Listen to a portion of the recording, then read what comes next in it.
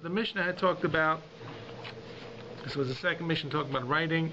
This talked about you can't write shtarei chov on Chol Moed. You can't write an indebtedure, a note of indebtedness on Chol Moed. This is because we're summarizing the Mishnah.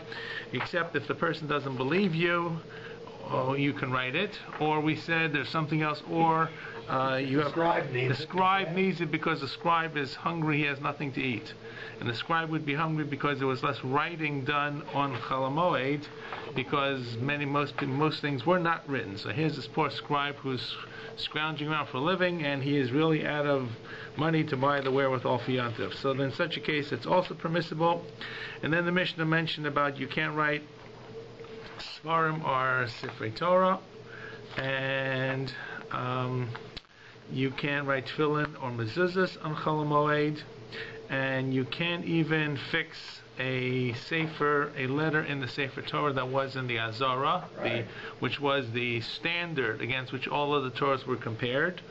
And Rabbi Yehuda said that you actually not true. You can write on Chol Moed a Tefillin and Mezuzahs for yourself. And we pointed out that this goes to the machlokas of whether people wear tefillin. So if you assume that you wear tefillin on Chol Moed, it looks like clearly you have to you're making tefillin for yourself. And if, on the other hand, you don't wear tefillin on Chol Moed, which is a machlokas all the way into the Rishonim, it's never really been fully resolved. It means that you would want to wear tefillin right after Yontif. So if you didn't prepare them on Yontif, then you'd have nothing Chol Moed the first morning before you went to work. So that's back and forth. So you can write tefillin, you can write mezuzahs for yourself, and then you can spin al yirecho on your thigh tcheles l'tzitzaso. You can spin tcheles for the tzitzis that you have. And I was thinking about why it is tcheles, because obviously there are different threads besides the tcheles. Tcheles is only one of either 8. Remember, there's 4 threads that are doubled over for tzitzis. So tcheles is there are different shitos. It's either 1 of 4, 1 of 8, which is half of 4, or 2 of 8, depending on the shita. But there's surely, whatever shita you take, there is surely white threads. Mm-hmm. So why is the tcheles allowed, right? Why is tcheles singled out here? Right. And I found there were 2 reasons. One reason is, first of all, it's saying you can only do a little bit. In other words, it's clearly something you're going to do a little bit of work. Now, if you're making threads, right? Remember, threads for tzitzis are very unique. But the reality is they could be used as well for doing other things. If whatever thread machine is working, it could be made l'shem tzitzis, it could be made l'shem, I don't know, shoestrings. So tcheles, on the other hand, if you are actually spinning tcheles thread that was very small, okay, so it means we're doing small amounts. The Mishnah is underlying the fact you're doing small amounts. It also, by the way, it probably wasn't stored. Mazel tov. You get a mazel tov. Your daughter gave baby in Eretz Yisrael, right? Okay, mazel. Baby boy, very nice. Mazel tov, mazel tov, mazel tov. Okay, mazel tov. So tcheles, kiddush, yes. 3/4. Okay. 3/4. So go away for a week and see what happens. So tcheles also, because it was very expensive, it was royal blue, so it was probably not stored in advance. Whereas it'd be more logical that if you were spinning threads for tzitzis, you probably would have that pre-spun. Because look, people were spinning all the time. They were spinning threads and threads and threads. Except one day you'd be spinning threads for a shirt, a garment, a toga. One day you'd be spinning threads and you simply use the scissors. But the tcheles was very unique. So it would be more logical to assume that you had to fix the tzitzis on Yontif, and you didn't have any threads. So it's not about tying the tzitzis, making the actual tzitzit themselves. Okay. Okay, so the Mishnah says Tova Yirecho, that you can spin the threads on your thigh. However, Rashi says that means you surely can't use a spindle, and you can't even really spin it with your hands and fingers. I'm not quite sure exactly how spindles work, but you have to really get the threads to spin together. So different things. Yes. After last, you did research. Good for you. I did a little bit. I didn't do a lot. That's okay. But on YouTube, it's got all these pictures, and there's a lady there spinning on her leg, doing exactly what it says in the book. Unbelievable. She's in a class. So what they said was, and different methods like a spinning wheel or whatever, it tightens it more. When you spin on your leg, you can't really. When you're doing thin fibers of wool, and you spin your leg. When you spin your leg, you can't really put the twist. You can't put as much twist in it. And when they have use a spindle thing, like they turn it just by hand, it gets a certain amount of twist. But with a whole, what's it called, a spinning machine, you get more twist. It goes fast, you get more twist on it. This is a less... more twist is tighter. So what they're saying is you can do it, but not like cockeyed way. Yeah. Right, you can do it in a way that's really not meleches umah. Quite interesting. Is it really like a shinui that they're employing here? Or is it like a not melechet umah? Yeah, I assume there's a difference. Yes, it is. It's probably the second. It probably was people did this.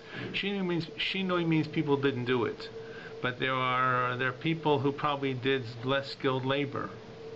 Like, I don't know, you hire a painter to paint your house, and when we were kids, my mother bought paint and said, go paint the walls. And she looked at it and said, well, at least it's clean, okay? But I'm saying, so there are people who paint their house, but it's never going to be completely professional. There are people who spindled, and it wasn't completely professional.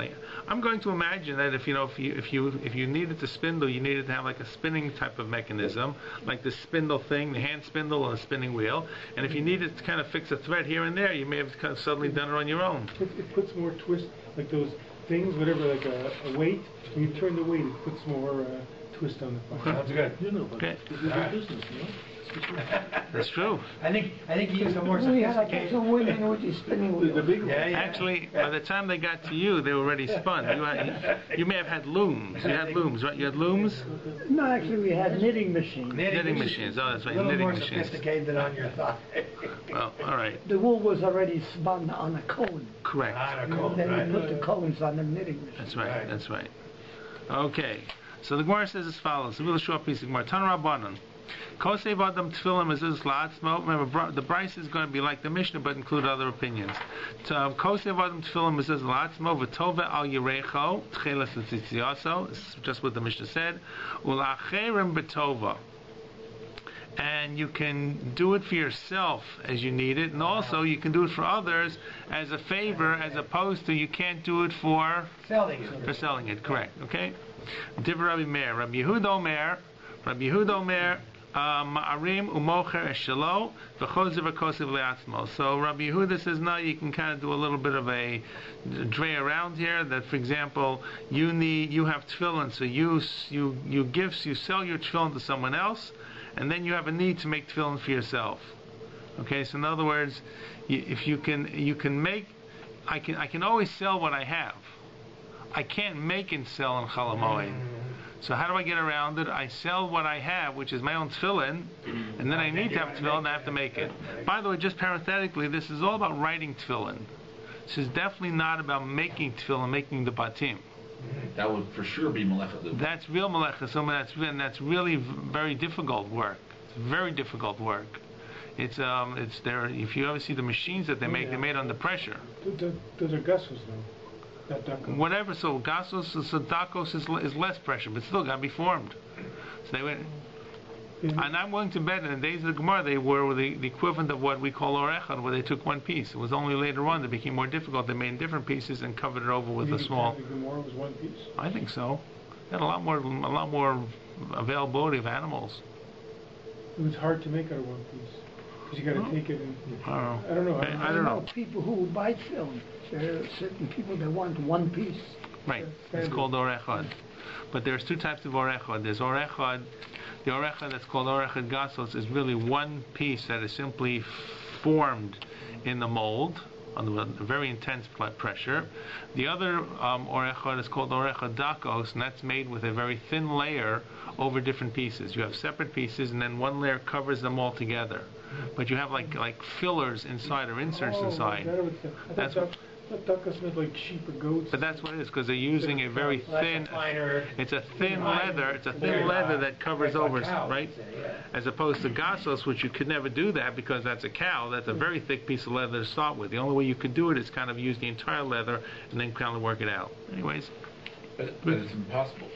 I would imagine it's impossible to make it completely square like we have it today. I imagine it was much harder. Yes. I saw was a shul this week. A guy had a sefer on how to make tefillin. Yeah. and they show a picture of a caliper, Yes. a digital caliper. Yeah. So I'm laughing because a digital caliper is 1,000th of an inch. Correct. Oh. So I'm looking, I go, 1,000th of an inch, you make the film to 1,000th of an inch? He says, no, you don't have to make it that. So he went, I don't know the story, but he showed one. Has It's to like look a digital. square. Right. Yes. Reality has to look square. It has to look But square. it doesn't have to be 1,000th of an inch. Correct. So the answer is, but if you started with a caliper, when they get banged, then they only bang a little bit out of shape, and then it's still kosher. Maybe, okay. But you're right. The tefillin in Europe could not be made to the standards of today. No doubt about it. I mean, as a kid, I saw old tefillin from Europe. Yeah. You see, they're square, but they're not wavy. The other part about Europe is people did not have as much money as we have today. I don't want to make it sound like we're all rich, but it's not uncommon that people would have tefillin and replace the tefillin as they begin to get older. I think in Europe they probably kept them forever and ever. It was a lot more difficult. Anyways, whatever. So Rabbi Yehuda says, Marims you can make like a halachic fiction. You can make a fiction that you sell your tefillin, and then you have to have tefillin, so you write your own tefillin. But it doesn't mean selling tefillin, it probably means selling the parshios of tefillin, right? Because you sold your tefillin, you couldn't make tefillin.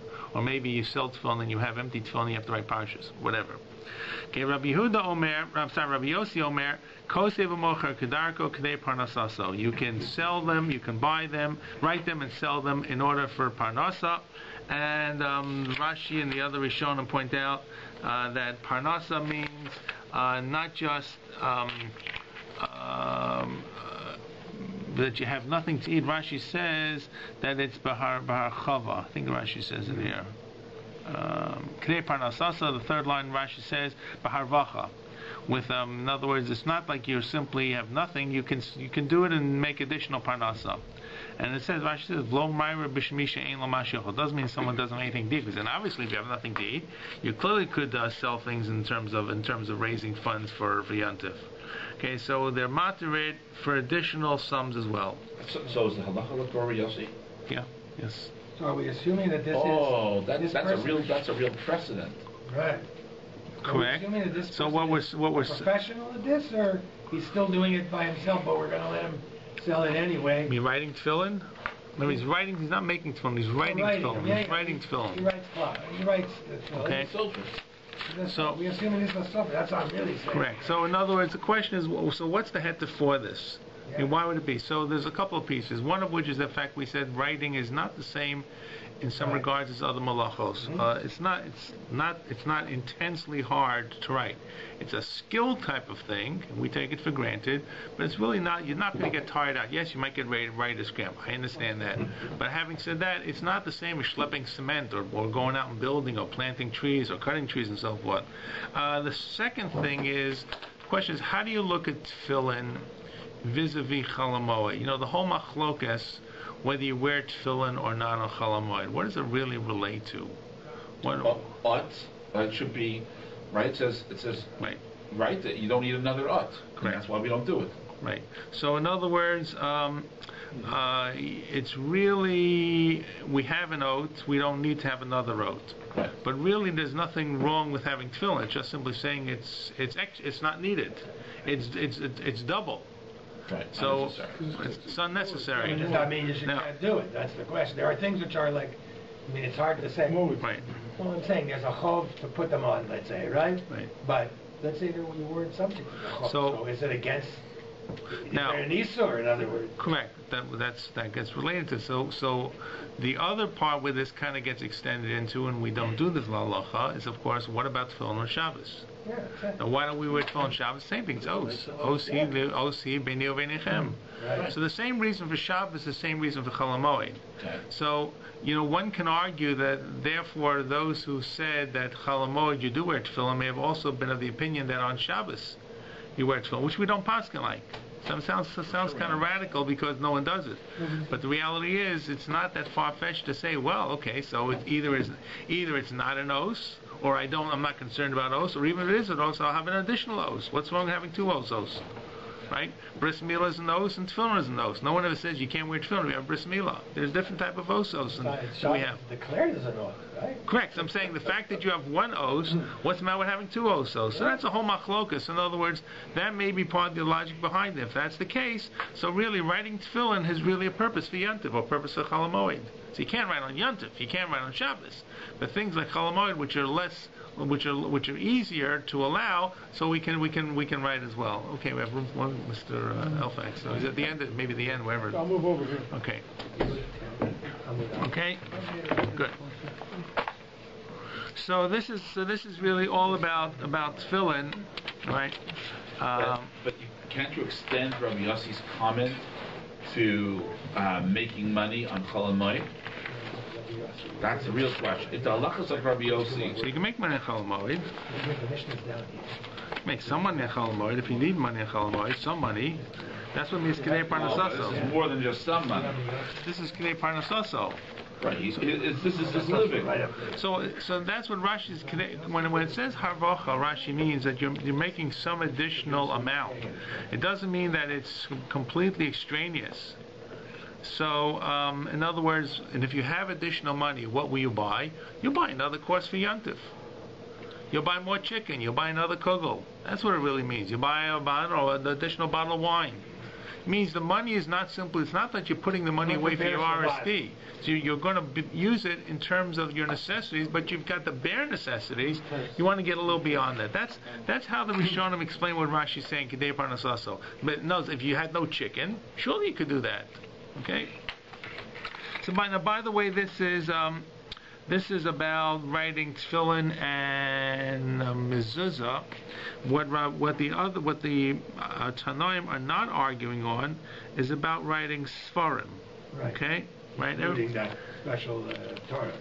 No, everybody seems to say that's still usher, regardless. And no one says that you can write a Sefer Torah on Chol Moed. Why not? Why is that different than writing a mezuzah or writing why is it different than tefillin? In fact, the mezuzah is not included either. It looks like tzitzis and tefillin. When you finish it, you finish the mitzvah. Right? When you finish a Sefer Torah, you haven't really finished the mitzvah. I guess there's a mitzvah of Ksiva Sefer Torah, but the real purpose of the Sefer Torah is a mitzvah of Talmud Torah, which is a separate mitzvah. Okay, so there are really not a lot of heterim to fix the Sefer Torah on Chol Moed. You get these old communities, there's a single Sefer Torah in town. You have to fix it before Yontif. That's correct. Yeah. No, but on Yontif you find that there's a problem with the letter. No, you have You're one in Sefer trouble. Torah. That's what I said. So there's Tosfos right somewhere that if it's the only Sefer Torah, you can fix it with a shinoi. Now, for those who write Sefer Torah, writing Sefer Torah has got to be very special writing. I'm going to say, the end result can't be a Yeah, shlinger. Right, the shinoi has got to be like, You have to lie down on the bed or something while you're writing. I don't know. You seen this guy that came out with the silk screen Sefer Torah? Oh, someone invented this. Everybody says it's mamish puzzle legamre, okay? Well, you basically, so silk screening says you can create an outline and then the ink will bleed through.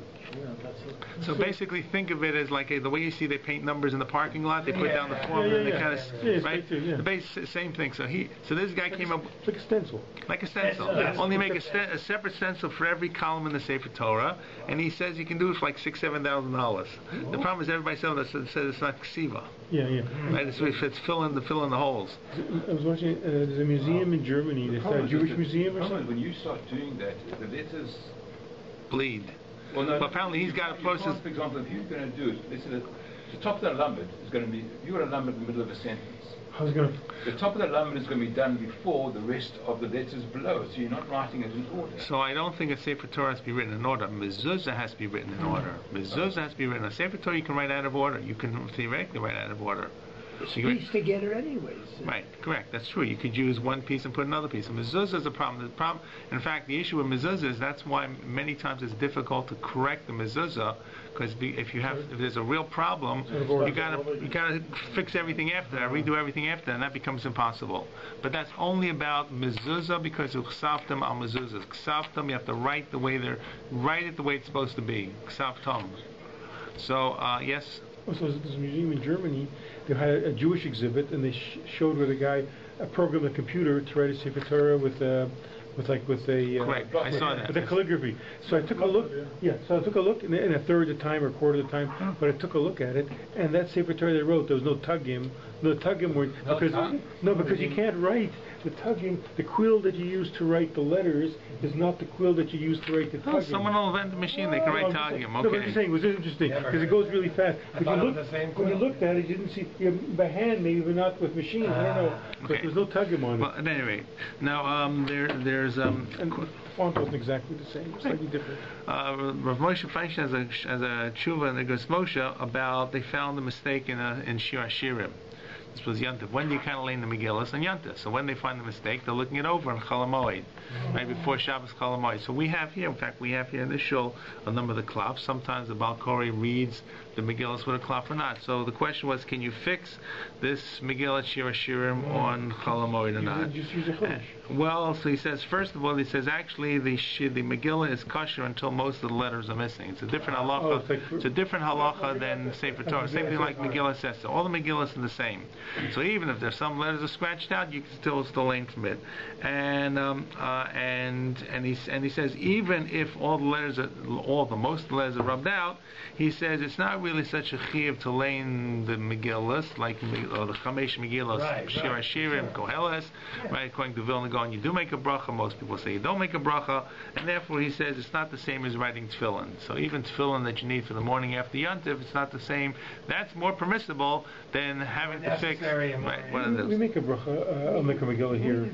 You know what? I don't know. I think we do. We make a bracha. I think that's so. Because she did with Vilna Gaon. I can't remember now. I think we do. I think you do too. I think we do. Okay. All right. Anyways, let's continue on. So let's go back to spinning. The spinning wheels. Tan Rabbanan Tava Adam Al Yirecho Tcheles L'Tzitziyaso Avalo Be'evan. This is did I finish this? Yeah, where I'm sorry, did I skip a line? I think so. Whoops, I skipped the line. Orei lei, I skipped the line, my mistake. Right. 246 line. Orei lei Rav l'Rav Chananel, v'yamri lei Rabba bar Machanel l'Rav Chananel. Halacha tells us black and white halachas. Kosei v'mocher kedarko kedei parnasaso. You can write and sell tefillin properly, correctly. So the normal way is for whatever parnasa, additional parnasa that you need to have stuff for Yantiv. Knows you are going to use it, but it's still not the bare minimum. Okay, so we have a black and white decision what the halacha actually is. Right. Okay, next piece of the Mishnah, the Gemara continues. V'tava yirecho tcheles, Tanrabanan. Tava adam yirecho tcheles l'tzitziyaso, avalo be'evan. A person can, person can spin on his thigh the tcheles threads for tzitzis, but he can't use a stone. Apparently, a stone was used to make it more taut, as you're saying. What they showed was it was like a bagel made out of clay or something, and they put the thread through it, and they turned it. Oh. When they turned it, it put the twist in. And they showed so they showed the ancient ones made out of clay, and they showed then later on they put a piece of wood. There's YouTube videos. Yeah. Send it to us, okay. You know where they are. Now you just can't find them anymore. Curious. You can't find where they were. I'm a tech guy. I can't help myself. Sorry. Okay, good. It's just I can't help myself. All right. Bottom line. There we go. So the first sheet is you can use your rech, your thigh, but you can't use an evan. Divra b'lezer. Chachamim omrim af be'evan. Come say no, you can use this stone, this bagel stone, whatever it is. Rabbi Yehuda Mer Mishmo. So Rabbi Yehuda then explains in the name of the Chachamim, or is it maybe a name of Rabbi Yehuda, Rabbi Lezer, be'evan avolo bepelach. Oh, I'm sorry. Rabbi Yehuda says that what Rabbi Lezer said was not that you cannot use a stone. You could use a stone. You can't use the spindle that we've seen in the picture that Steinsaltz had. The Chachamim would disagree with Rabbi Eliezer, having one step more that you can use it even an evan, even a spindle. What's halacha? So once again, we're lucky enough the Gemara gives black and white halacha. Rabbi Yehuda Amar Shmuel. Halacha bein be'evan bein bepelach. Whether you can use a stone or a spinning with a halacha, kosev kedarko mocher k'dei parnasaso. And once again, it repeats again the same halacha we mentioned earlier to kind of conclude this entire piece of Gemara. So we had it earlier on said by Rabba bar Chana to Rabbi Chananel said the halacha is kosev mocher kedarko k'dei parnasaso, and once again we have repeated Rabbi Chibra Abba named Rabbi Yochanan. Even though the Mishnah seemed to talk only al Yerecho. Right. We've now learned that this really means also the heaven and the belly. Well, it means that there are variations, or there are different opinions. What exactly is permissible? And there are shitos which may argue on our Mishnah. Other shitos among the Tanoim, which say it's not just Yerecho, it's even Evan, or it may even be Pelech. Okay. Do they define per parnasa? So we said, I think we have been coming in, Rashi says, Pekidei parnasa means a little more than what you normally get. In other words, you're making a living, but you're not making the minimal. You can get another kula for Yontif. But there is a mitzvah that the tzitzit will be nice and proper and smooth and Yura mitzvah. Yeah. So if you make it on his leg without the use of instrument, So? he will not get very nice tzitzit. It won't be so nice, okay? So it Maybe won't be that's so why the nice. halacha says he can use it for this stuff. Right? Remember, he's doing it for himself. We have to remember, the other thing we have to remember is most of the garments in the age of togas were four-cornered garments, which meant that most they were wearing tzitzis on most of the things they were wearing. So it's almost like going out and buying new clothing. It wasn't like you go to buy a ritual kind of talus Kattan or talus gadol. This was on a garment. Right? It's like the beged ivri that they came out with in Israel, which are outer garments, which are squared off that you can the tzitzis on them. When they had the Dead Sea Scrolls, they had a garment, a tunic from that era. I can't remember those. Oh, the corners were all broken off. That's why I was wondering. Now I remember. I went to look at their tzitzis there, but they was like frayed because they were like 1,000 years old. Well, whatever. The Dead Sea Scroll people also were not necessarily rabbinic Judaism. So I don't know. I was just curious. I looked at it and I said, "Were there tzitzis here?" But all the corners were like worn out. All right. Anyways, okay, we're going to move on to Rahman al-Islam Mavelis, next Mishnah. The Mishnah is going to be Hilchos Havelos. There are some things that are not going to look like what we do.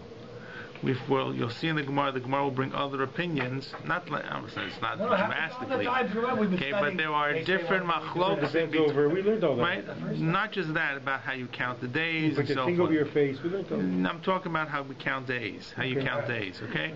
And we'll see the Mishnah. I'm saying if you just learn the Mishnah, it's sometimes a difficult Mishnah to explain. If people learn just Mishnayos, because they say, oh, how can we do this and how can we do that? Because it's really based upon the Gemara's discussion, which is really found. We're about to get into it. Okay. So at any rate, the Mishnah is from here to the end of the parak talks about Avelus, and there is what we call we have the Gzeira of Shiva. The first 7 days where a person stays in their house and they can't wash. There's no rechitza saguf. There's no kibus. They can't wash clothing. They can't nilas sandal. They can't wear shoes. They can't do malacha. And they also can't do shelat shalom. They can't say shalom. They can't say hi, right? And then there are other things that they're chayiv on that we don't do today, which is atifas arosh, which they used to cover their heads, right? As we said, the remainder of that or the ember of that, sometimes people who wear their hats low. And then we have kfiyas hamita, which is they would turn the beds upside down, which also we don't do. Our beds are not built that way. Okay? And the other thing that an avel cannot do, and many people don't know this, they can't learn Torah. They can learn Torah, they can learn the laws about Eilos, they can learn the laws, things that are very sad, but normal Torah that you and I take for granted, they can't do. Right? One of the unusual things, you go to a Shiva house, they learn Mishnayos, or they learn between Mincha Marav. Okay? So they're really not learning for the Ovel. Even though the Ovel will say Kaddish Drabanan, he's not really part of the learning. It's a funny kind of thing. Unless, of course, sometimes they learn Pirkei Avos, which are words of reproof. That's always good for anybody. You can always tell people they're wrong and how to become better individuals morally, right? That's okay. Yeah, so, yeah. Excuse me. You say they can't wear shoes. It's the leather. Yeah, leather shoes. They can't wear leather shoes. Correct. They can't wear leather shoes. Correct. Right, like on Yom Kippur. Like on Yom Kippur, like on Tisha B'Av. After Shiva until the remain. So that's called Shiva, or it's called in the lashon of the Gemara Gzeirat Shiva. Okay, it's from Gzeirat Shiva because there's a lot of Gzeirot and prohibitions that are included. Okay, after that period of time, we have the period of what we call Shloshim, which once again a lot of these restrictions fall off. But the Avel can't wear a new garment for Shloshim. He can't clean or dry clean his garments. Right? Can't dry clean the garments. He can't have a haircut. right? These are all the prohibitions of shloshim. He can wash. Yes, he can wash. He can wash. He can't wear branded clothing. He can wash his clothing. He can wash his clothing if they're not outer clothing. He can wash his clothing surely if he has no other clothing to wear. Right? Okay, and this is called Gzerat Shloshim. And what we're about to see, there really seem to be 3 levels of Shloshim, of Avelis, because as the first part of the Shiva, the Gemara is going to talk about the first 3 days. Now, you probably have heard today that there are people, unfortunately, who keep a 3-day Shiva. You probably have seen this listed in one form. Okay? Reform maybe. Whoever they are, okay? Yeah, but I thought... Now, so that's not correct. But you're going to see that there is a difference between the first 3 days and the remaining 4, and it's this kind of mistaken understanding that leads people to say, we're only sitting Shiva for 3 days. Of course, Shiva means 7 days, okay? Your art scroll says you're not supposed to visit some of the first 3 days. Correct. It's a heavier Shiva. I don't know, it's a more sadder Shiva. Correct. That's what the people used to not go for the first 3 days to a Shiva house. It's very intense. Sorry? I'm saying why. I said it was why. But today people do. Yeah. People do. No, but if you speak to people who come from Europe, they'll tell you that you didn't go the first 3 days. Yeah. The logic was, by the way, that the Oval needed to process what happened. I know we help processing by people come. But the reality is the Oval Nebuch needs some downtime to kind of make it all come together. So he's not really in a mood to even receive people. People do go, people come, I'm not saying you shouldn't go. I'm just saying if you will look back in the Sfarim, they seem to say the first 3 days you don't go. And as a result, you see that there is this additional layer, or this immediate layer of the first 3 days of the Shiva. It's not that the laws are different. The prohibitions are the same for 3 days and day 4, 5, and 6, and 7.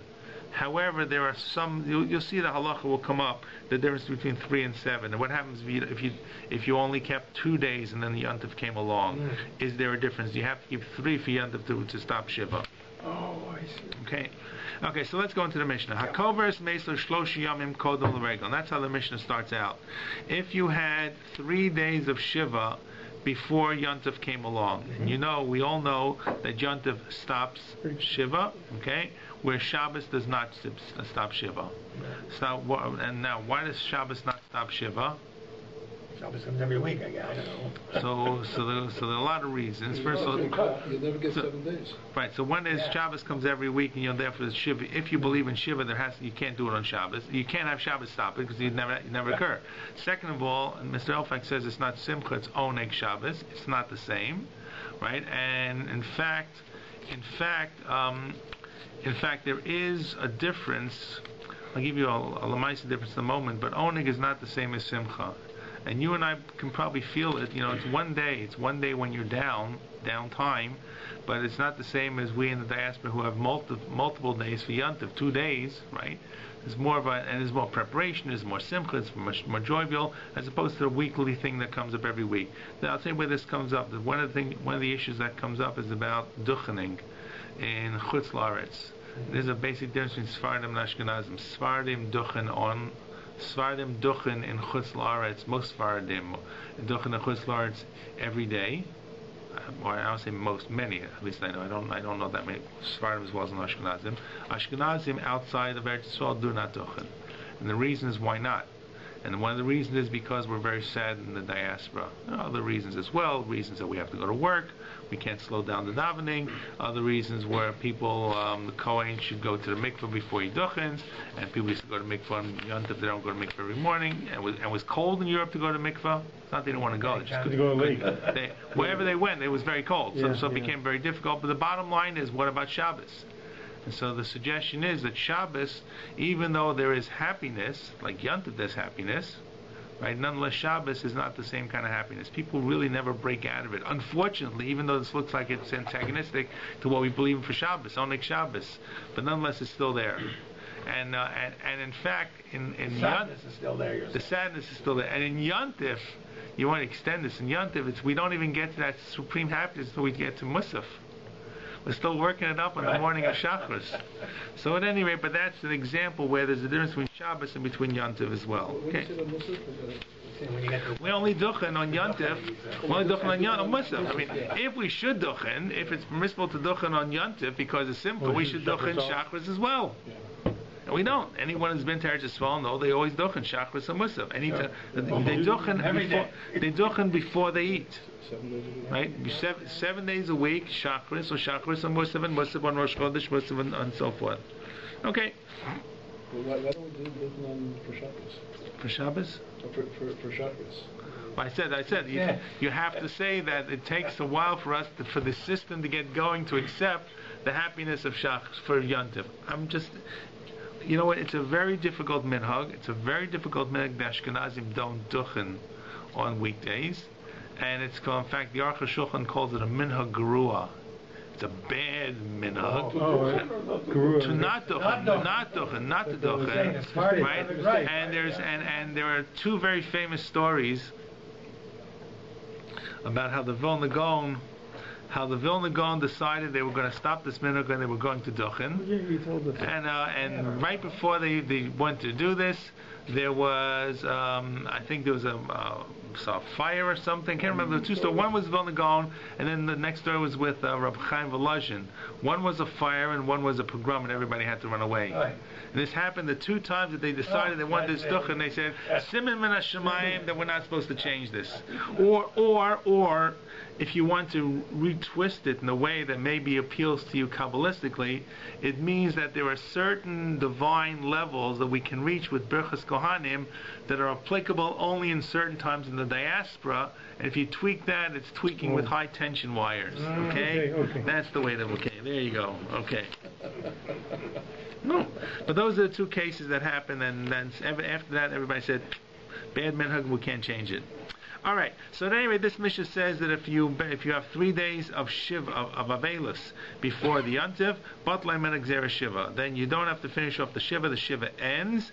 However, the Shloshim does not end. The Shloshim does not end, and we actually count the days of Yontif as the days of Shloshim. So in other words, even though the Shiva has stopped, right? But the counting of Shloshim continues through Yontif. Right. Whereas we will see in the Gemara that there is a discussion whether perhaps the entire count of Shloshim may be suspended. So as Yontif comes, you stop counting, and the next day becomes that you start counting is right. But we count. We just count day 4 and day 8. Like it goes. Just skip. He's saying pretend that Nothing didn't happen at all. Shloshim become 32 days. Become 32 or 37 or whatever. Correct. Right. We count from the burial. It's 30 days or 7 days. It's the same thing. Same starting point. Yeah, yes. Okay. By the way, I forgot. There's one more reason why Shabbos does not stop Shiva. There's actually one more very important reason, and that is there actually is a law of Avelus that does apply on Shabbos. It's called Dvarim Shebetzina, things that are private. Cohabitation between the husband and wife is prohibited if the person is in Shiva on Shabbos. That is not suspended. Many people do not know that, but relations are still prohibited. So in other words, you see that even though outwardly we may not be doing anything for Shiva, we wears shoes and sits in a chair and all that and eats meals, but nonetheless there is something that happens. On Yontif, when it says suspended, it stops. When it says it stops, it stops. It's ended, right? So that's the difference. The Shloshim is not suspended? So actually the halacha is whatever you're up to is going to stop, and then you go to the next stage. So if you happen to be in the period of Shloshim, then the Shloshim will stop. But if you happen to be in the period of Shiva, the Shiva stops and the Shloshim continues after Yontif. So what if you have like 2 Yontifs in a row? Okay, so that's that. Yeah, it could. That would chop things down. Correct. So Gemara is actually, we're about to see that we're going to have a discussion whether Rosh Hashanah and Yom Kippur fall into the same category. Oh, it may not. Okay, right? We say we actually poskin it does, but it may not. You'll see. Okay. That's Gzera Shiva. So that's why I told you when it says Shiva, the term that's used is Gzera Shiva. Right. So that's what it means. The laws of Shiva stop, and if you have 3 days, we do not poskin like this. and we've got to wait to get to an Amud and a half or so for the Gemara to get to this conclusion. But what the Mishnah here says is that if you only sat for 2 days of Shiva, right? It didn't say the implication. You're What's saying. clearly what it means. What the Mishnah is saying is if you sat for less than 3 days of Shiva, 2 days of Shiva, 1 day of Shiva, then when Yontif is over, you continue your Shiva. Gotcha. Okay, that's clearly what we do not paskin. We paskin that if you have any one moment, right, a partial day, nonetheless Shiva would be concluded. That's what we learned from the Mishnah. The Mishnah would learn. Right. I'm saying that's one of the differences between the Mishnah and Halacha. So Shmona, if you let's skip on Shmona. If you buried 8 days before Yontif, and therefore you had 7 days of Shiva were finished, and 1 day of Shloshim. Okay, Batlai Menok Xeris Shloshim. So then the Shloshim ends, and you don't have to resume it, right? Now once again, this is not exactly la halacha as we follow, because our halacha says, what's our halacha say? How's this different than our halacha? Okay, so this seems to say that you're only going to break the Shloshim if you have 8 days. The reality is what we say, right, is if you had 7 days, if you got up from Shiva on the morning of the 7th day, you're right away starting the period of Shloshim. And then that evening, the Shloshim would be ended. So there's a day that's double dipping, so to speak. Okay, the seventh day, which we call Mixas Yom Kukulo, and the Oval gets up after people leave. Okay, so this Mishnah does not hold that. This Mishnah either simply seems to say either that you need an additional day, or may not hold it Mixas Yom Kukulo. Full 7 days. You need a full 7 days. By the way, it's actually a machlokas. When does the Oval get up from Shiva? When does the Oval get up from Shiva? 7th part of the day, in the morning. In the morning. When in the morning? After Shachris, people come, someone gets them up. What if no one gets them up? What if you're sitting Shiva on a desert island? Someone has to get you up? What if there's nobody there? What if there's nobody there that leaves? In other words, do you end it on your own? So it's actually machlokas today. In other words, would the Ovel automatically finish Shiva? Because many times people sit by themselves. Or does the Oval actually have to go through the rest of the day? The only reason he gets up, it seems to be like a matir. People came in the morning to daven and be menachem Oval. They're going to leave now. When they leave, the day is over. What if nobody leaves because nobody came? Maybe it's still a full day. Right? Usually, but we don't say without how we're knowing. I've noticed Rabbi Karapkin always comes the last Shacharis, and he goes walks with the Avelim. Right. That's how it's done. That's how it's done. But what would happen if you're on the desert island? It's you and your Robinson Crusoe, and there's nobody else there except the animals. You still have to keep Shiva. Do you have to keep Shiva? It came in a box. Well, the most of 7 full days. So instead of the morning, 7 in the evening. Correct. Right. All right. We learned a few weeks ago about Mixas Yom, whether it is or isn't. Correct. Somebody had a view. Right. So I'm saying that's we normally say Mixas Yom Kula, you get up. But you see, if this concept says that the 7 days is 7 days, but in order to get to Shloshim, when does Shloshim begin? What's the Mishnah really saying? The Mishnah seems to be saying here that there are 7 full days. Even if you get up earlier, it's still 7 full days. That 7th day is the day of Shiva, but you got up. Right. It's a funny kind of thing. Like, we're going to let you out early from school, but it's still a school day. Right? Still a Shiva day, but you don't have to sit on the floor. So, or do we say that the Shiva is completed, it's ended, and now the Shloshim. And now Shloshim is already starting. Right. And if you say that, which is what we normally say, then it means the Shloshim can be ended that very night. So we would say actually that Shiva would end. Shiva would be cut short if it came on the 6th day, right? But if it came on the 7th day, Yontif came on the end of the 7th day, so you finish your Shiva normally, you'd have a partial day for Shloshim. Okay.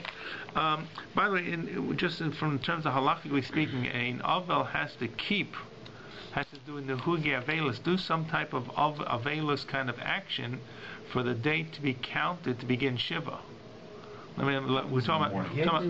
me give you an example. I'll give you an example. We say that a partial day, we're not like what the Mishnah says 3 days, but an Avel who has a 1 day of Shiva, right? Very difficult. Goes to the funerals in the morning, comes home from the funeral, and Yontif is at night. So he's only got like a half a day. But the reality is, in order to count that day as a day of Shiva, he has to do something. He has to do something that shows he's novel. Well, one thing he does, he sits on the floor. Second thing he does, takes his shoes off. Sometimes you'll see in a cemetery, for example, this is not just about Yontif, it's really also about Friday. If a Levi is on Friday, and before they go back in the car, because nobody's coming to the house on Erev Shabbos. This is Friday afternoon. They're going to get to their house, and what they're going to do? They're going to run around like crazy people to kind of just get their house in order, because they're so mixed up with the whole Levaya. So what they normally make them do sometimes, weather permitting, is they'll tell them to take their shoes off and sit down on a bench or something like that before they get back in the car.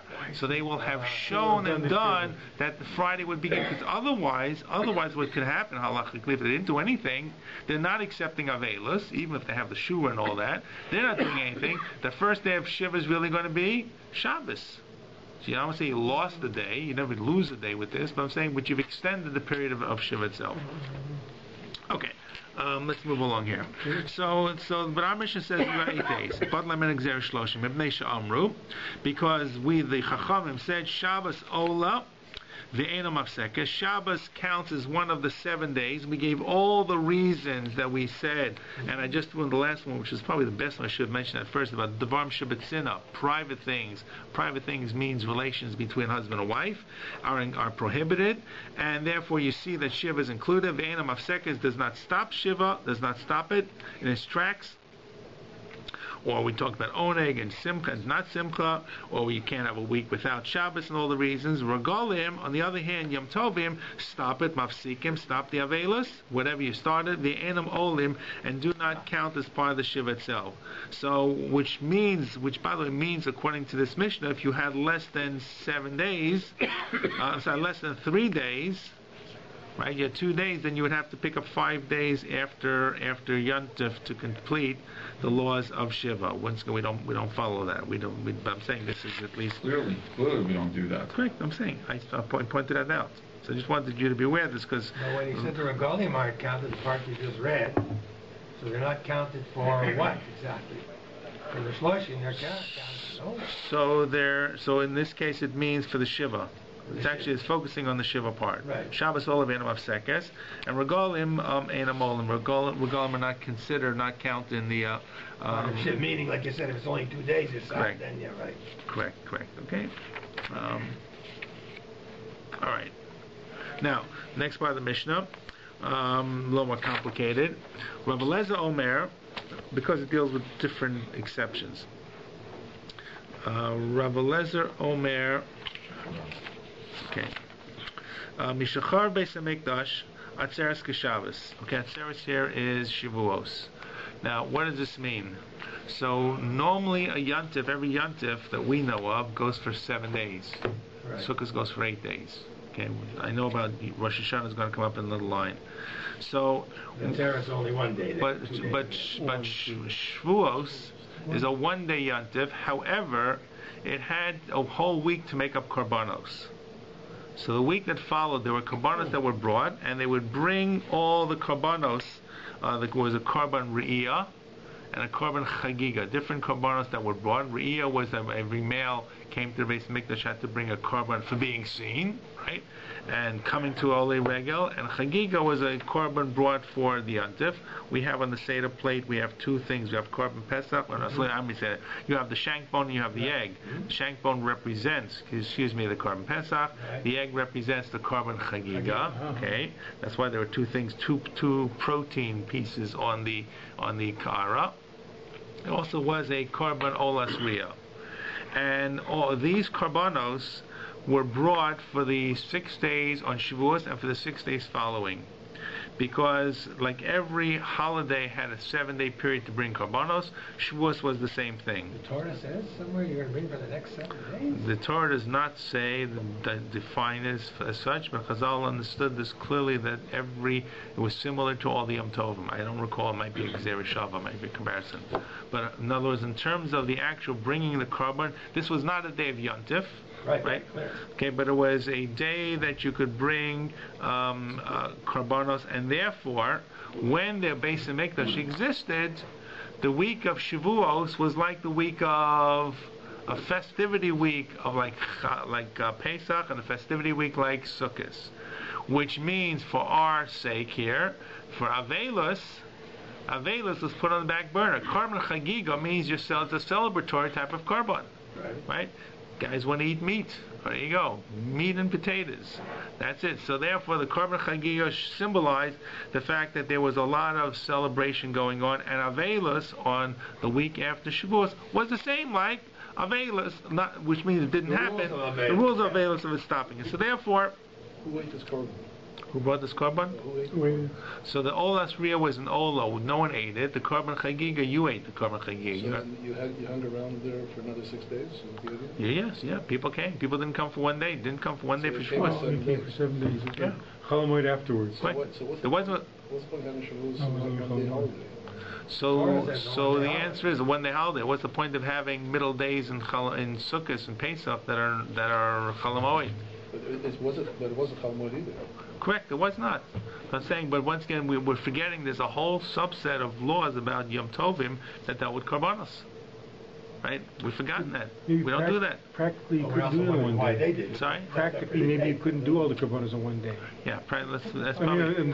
practically, you couldn't do all the Karbanos in one day. Okay? For all the other reasons. Okay. So, but the point of it being, that's... Okay? We want something? What I say the next thing we're going to do after Moed Kattan? Maseches Chagigo. You're going to meet the Karbanos directly. That's why I told you the first 18 dapim of Maseches Chagigo really good. The last 10, it's kind of like difficult because it gets down to Karbanos. Okay. Because we don't know anything about it. That's why. Because the premises are so different. Oh. If we lived it, I think if we lived it, then we'd have something in our head about it. If we would live it, Judaism would be very different. I don't know how Judaism would look. The whole sense of having to be in the base, having to go to the Beis Hamikdash. Obviously, the diaspora was not as fully developed then, but it was developed. Absolutely. It just wasn't as far. But it took them longer to get there than it does today. We don't do Tumah, we don't do Karbanos. Right. So all the laws of Tumah, correct. All the laws of Kachim, right? The entire laws of Kachim and Taharos. I say the entire laws, but the Karbanos of Kachim are not applicable today, and the laws of Taharos are not applicable except for Nida. Yeah. Okay? And a Kohen that doesn't go to the cemetery, but it's not really the same. Right. Rabbi, before you said that the one who was duchening, he had to go to mikveh? I'm saying they try to understand why it is that they did not. They went to mikveh because of Balkari. Yeah, I know. But is really a mikveh or 9 kabim of water? No, the mikveh, they meant mikveh. And in Europe it was very difficult to go to mikveh. I'm saying that, of course they went to mikveh. Right? You speak to the Alta Yiddishkes about breaking the ice in the winter. Every day. Right. Every day. To get water. Every day? Maybe. Not the guys. Every day, men go to mikveh. They go to the pond. Yeah, oh yeah. Okay, all right, well there you go. It's the polar bear dip. This is in Hungary. They used to do it every day. Right? So it was much more. Okay, now we by the way, there are mikvos that are built underground. Which didn't freeze. So we have structures and we have diagrams of how they went down story after story. But having said that, in Europe, but having said that, it's like going into a cave. Yeah. Temperature in the cave is still not warm. Yeah, no, it's a beautiful. But the chiddush of modern mikvos is a tremendous breakthrough. That you can go into a mikveh and the water is warm. Yeah. Right? No, because the concept of warming water and then using that water to kind of mix or touch the regular rainwater, that to have the waters mix is not a chiddush. But to be able to heat water, that's a tremendous. Having running water that you can heat, that's only something extremely modern. And then putting that into a mikveh is very modern. Sure. There's a lovely underground mikveh just outside of Girona, about 34, where the Ramban's from.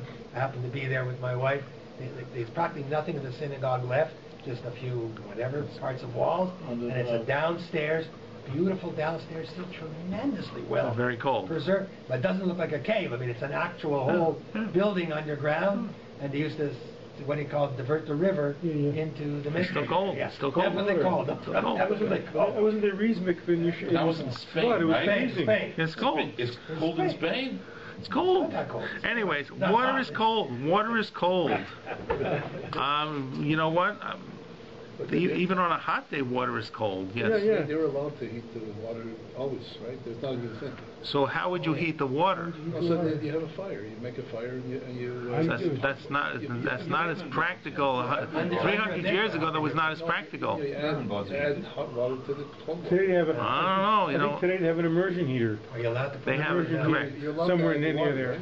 Sorry. You allowed to add water? You're allowed to- So Yeah. you can add Up to a water, certain amount. right? So what we do today is we have really two kind of pools. We have a pool that's filled with rainwater, and then we build another pool that we fill and change the water, and then we open and connect them together. So when they connect them together, it's adding the rainwater to the original water. That's called hashaka. The waters are kissing. The other way that we make a mikvah is called zriya, where we have a mikvah of water and then we pour water on top of it. So we can have an original pool, and then you pour the water over it, and it overflows it like a waterfall over it, and then the second pool, which has been the water has been kashered by coming over the rainwater. It's not coming over, mixing with it, becomes part of it, and simply we can heat that. But what we're doing today is two things. One is we're actually heating the pool. Right? Now, the concept of a hot bath or a hot shower is a very modern concept. It's a tremendously modern concept. In the old days, how would you do it? You couldn't. You need plumbing. You need some kind of You're plumbing. correct. The Romans had lots of plumbing. The Romans, but it's all forgotten. It's all gone. They didn't have. That's why I say it's not a mikveh. Right. You put it in a pot. You put it in a pot. I agree. So one is we're heating the water that you're going into. We're not heating the rainwater. Right. Rainwater always remains. The second thing we're doing, by the way, is hygienic, and that is we can change the water because you keep the original water, right? And then the water that you're going into is the water that's been added or mixed in momentarily with the two pools. Okay. You probably have a lead pipe. Can we? Okay. All right. Now let's finish up this Mishnah. So this is about. So now comes along Rabbi Lezer and says, once the base mikdash was nechrav, boom, they did not have karbanos, and once there are no karbanos, then Shavuos, a one-day celebration, and it's over. And Eretz Yisrael, one day. What else happened after Shavuos? There were no karbanos to bring. So if it's really one day, so Rabbi Lezer says, guess what? Shavuos is like Shabbos. Shabbos is one day, Shavuos is one day. I know Shabbos happens to be every week. I know Shabbos, the celebration is not like Yom Tov. But practically speaking, says Rabbi Lezer, it's the same thing. One day here, one day there. It doesn't stop. Correct. It would be suspended. It would be suspended like less than 3 days. It would be considered, but you wouldn't carry it out overtly. Okay. Obviously, we do not hold like this as well. Correct. I agree. Okay. But is it- As a matter of fact, what we do the week after Shavuos is we don't say Tachanun. Woohoo! Okay. No, but- as a semi-recognition, semi-festivity. No, but so, again, when Shabbos temporarily stops. No, it doesn't. No, regular Shabbos stops regular shiva. You can't sit shiva. No. When I say stop, It I mean suspends you don't sit it. shiva, suspends your The sitting. Farhasiyah, But the you still- Farhasiyah. Correct. Yeah, I agree. You know- Now, what he's saying, and you still continue with the count, right? Yes. And he's saying Atzeret, even though it is clearly a yontif in the Torah, we're still going to say you won't sit shiva that day, but you're going to have to keep going. Right? You're not going to stop like you did for Pesach. It's over. Shiva's over. Right? And he's saying Atzeret, yeah, you won't sit shiva on the Atzeret itself. The next day you'll continue shiva. Correct. Okay. But So we don't paskin like this. So I he's agree. saying I agree. We don't paskin like this. Right, We don't we paskin should. like this. Correct. Okay. By the way, why don't we paskin like this? So the Gemara will have a discussion. We'll bring down other opinions. That's not true. Okay. Okay. Okay. All right, and you'll actually see in the Mishnah various opinions. Good. It's going to come up in the next line. Next line. Rabbi Gamliel Omer, Rosh Hashanah Yom Kippur Mikuragalim. So comes along Rabbi Gamliel and says, you know what? Rosh Hashanah and Yom Kippur are going to be just like Yantif.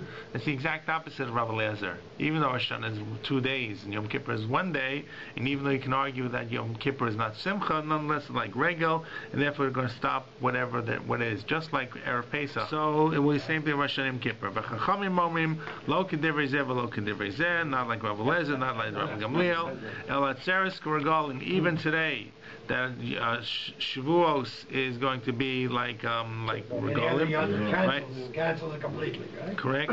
And then Rosh Hashanah Yom Kippur mixes Shabbos. They're not considered like regel. However, even though, as you know, the halacha is not always the halacha, even though this seems to tell us that the Chachamim are coming along to disagree with this, the real halacha is that Atzeres Bizman Hazeh, Shavuos Bizman Hazeh, and even Rosh Hashanah and Yom Kippur Bizman Hazeh is like all the other Yom Tovim as well. The only thing that we like the Chachamim, the only thing we don't hold like is like Rosh Hashanah and Yom Kippur, right? Yeah.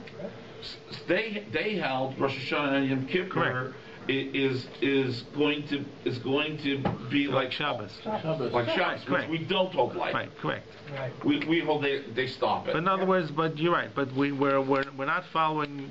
We're following Rabbi Gamliel. We're not following anybody. And this, by the way, this relates to something that we saw. That the rule for Avelis is halacha k'divrei hamekel b'Avelis. And all throughout Avelis, there's this rule that applies. Like, you know, there's rules Beis Hillel, Beis Shammai, Achar Rav Lahatos. There's a rule that runs all the way through Avelis that you choose the most lenient opinion. It's not about a cop-out, it's about just how you pass in terms of Avelis. By the way, in terms of Sukkos, we have 7 days to Sukkos, and we have Shmini Atzeres. Shmini Atzeres are regel b'fnei atzmo. So actually, here I'll give you the scenario that comes up with Shmini Atzeres. A person who sat for Shiva before Sukkot. So what happens? Sukkot stops the Shiva. Stops the Shiva. Cancel the Shiva. And then you're counting on to Shloshim. So Shmini Atzeres, there's this real fiction. I won't say fiction, it's true, it's not fiction. Shmini Atzeres is equal to 8 days. So Shmini Atzeres is equal to 7 days. So when you're continuing the counting of the Shloshim, so you have the 7 days of Sukkot, and then you get a bonus, if you want to call it a bonus, that the next day is equal to 7 days. And then, why? Because it's called a regel, and regel normally is equal to like 7 days. It's one of those things. Right? Now, all kinds of things. Now, Shloshim is shorter. You move to 14. Correct, precisely. Right. Now, it's precisely. I never knew that. Yep. That's the halacha today? That's the halacha. Does it affect the year? No. And as a matter of fact, I believe that the 7 days that were cut off on Erev Yantav are equal to 7. So you have 7 days. You sat for 1 day before Yantav, so that's equal to 7. You have 7 days of Sukkot. You have Shmini Atzeres, which is now equal to 7 days. So you're left with like you're at 21, and you only went through a week of life. Doesn't affect the year. Does not the year counting. No, it does not. Correct. Simchas Torah doesn't do anything. And Simchas Torah, I'll tell you what Simchas Torah. Great. So what Simchas Torah does is as follows. Here's where Yom Tov Sheni does come up. Is that when a person, when there's like a kfura on Chol Moed, right? There's a burial on Chol Moed. Right. So when do you start sitting Shiva? After the holiday. And we'll see if that's actually not so clear when people come to pay Shiva calls. We pay Shiva calls. It's always very awkward, right? They sat Shiva, they didn't sit Shiva, they didn't sit Shiva, they didn't sit Shiva. But the bottom line is you're really starting the Shiva count after Yom Tov. However, the Yom Tov Sheni for us counts as one of the days of Shiva. You don't sit Shiva on the last day of Yom Tov, but it's counting because really it's like a Gzeira Midrabanan to keep the Yom Tov Sheni. But that shouldn't reduce the amount of days. So I said, because all these different variations based upon this. Okay, this takes us pretty much to here. So we have introduced Shiva. Now, next week I'm gone.